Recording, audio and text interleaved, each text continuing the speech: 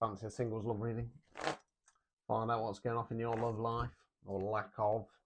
Let's find out. I'm going to be using the Whispers of the deck. Just to remind you, if you purchase one of these, find them on socials, Whispers of the Deck. You can get a copy of my Basics of Tarot video tutorial. So if you want to learn real divination tarot from a real divination tarot reader, you can get it just for 20 quid. If you don't want to get the deck, you can still get the Basics of Tarot video tutorial. So the link in bio stands for. It's currently on sale at 50. It's normally 75. So take advantage. Right. So what do the singles out there need to do? Right. That's what we'll do.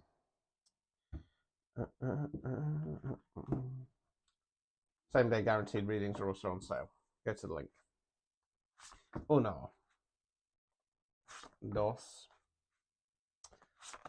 Right, we've got a little bit of imposter syndrome on the go here. Right, so we start off with justice in the reverse.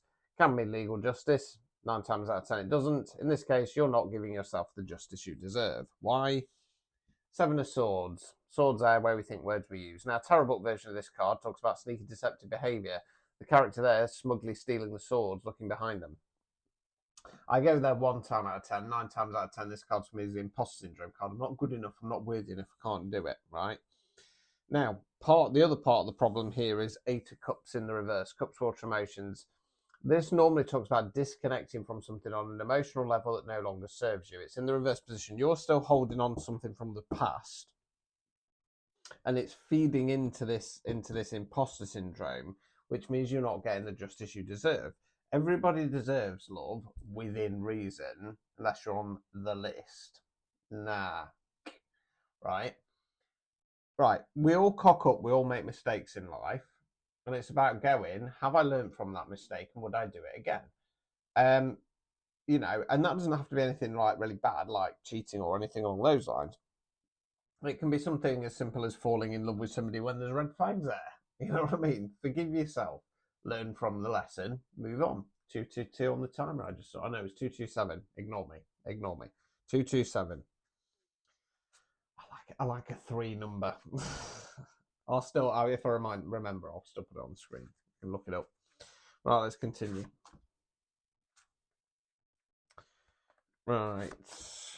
Oh dear. Right, so more cups. 9 of Cups in the reverse. 9's reflection card. So in the upright position, this is about looking back oftentimes when stuff hasn't gone right and going, do you know what? I turned up, I've got a finger and hair in my neck. I've just spotted it with my fingers, and I'm going to be fiddling with it now. So I'm looking back and going, do you know what? I turned up, I showed up. In those previous connections, I brought my emotion to the party. If other people can't see that, F them sideways, they can watch me rise. It's in the reverse position, questioning, is there any more I can do? No, it's a 9, right?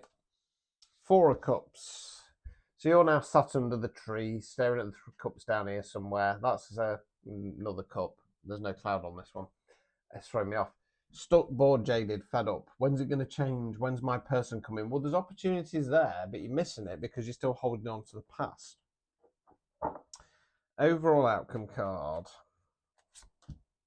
Strength in the reverse. Feeling like you haven't got the strength to break this chain, break this cycle, cut those cords, etc. Obstacles or blockages. Ace of Cups. Ace is bringing in new energy, not starting something new. Now, what this feels like is that you know what you want from love, but you don't know what you deserve from love. And you're holding on to some energy, you're holding on to some belief about yourself when it comes to love, you're holding on to some old connection, because the thought of believing in yourself is too overwhelming. So you jump from idea about idea to idea. Yeah, I've got an ulcer coming on my tongue again, and it makes it hard to talk. Right? You go from idea to idea to idea to idea about what it is that you want from love. The problem is, until you step into your authenticity, until you accept you for who you are, you're just going to be forever bouncing. You know, right? Removing any blockages.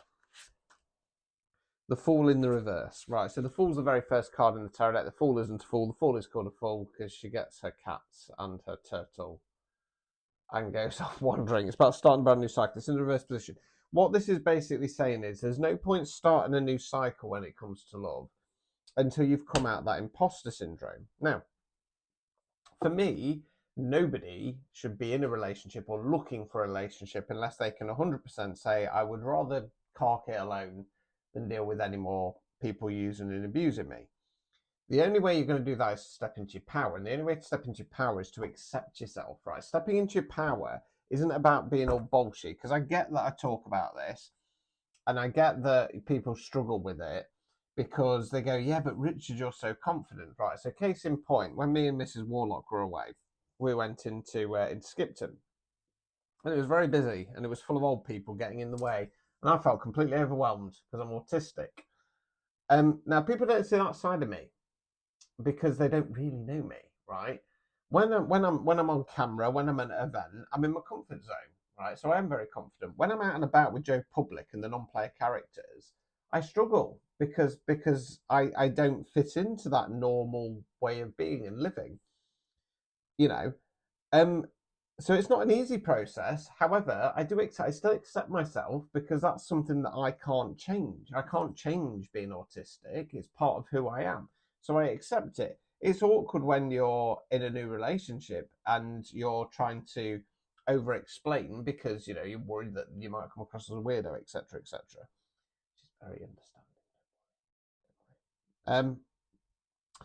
Yeah. The point being is that I get it's easier said than done, but it's about accepting yourself, accepting the good points, the bad points, and the cringe points. So for me, with my autism, when I clam up and I go quiet, I find it cringy because I'm like, oh, I can't get the words out. I can't think of anything to talk about. I feel very overwhelmed. I feel like there's eyes all over me, etc., etc. But you just have to accept that, right? It's part of who you are. If there's something that you don't like about the way you look, if it's something like the way you dress, well, change the way you dress. Be you, be flamboyant, be more normal if you want to be, whatever's comfortable for you. If there's things that you can't change, just accept it. Just accept it. Just because you don't like it doesn't mean somebody else won't, because until you accept yourself for who you are and you love yourself for who you are, you're not going to attract in that love that you deserve. Okay, and you're going to always settle for second best. Simple as that. So yeah, time for some reflection, I think, in regard to, because you know what you want from love and you deserve it. So don't be chopping and changing. Don't be rushing into anything. The time's not ready yet.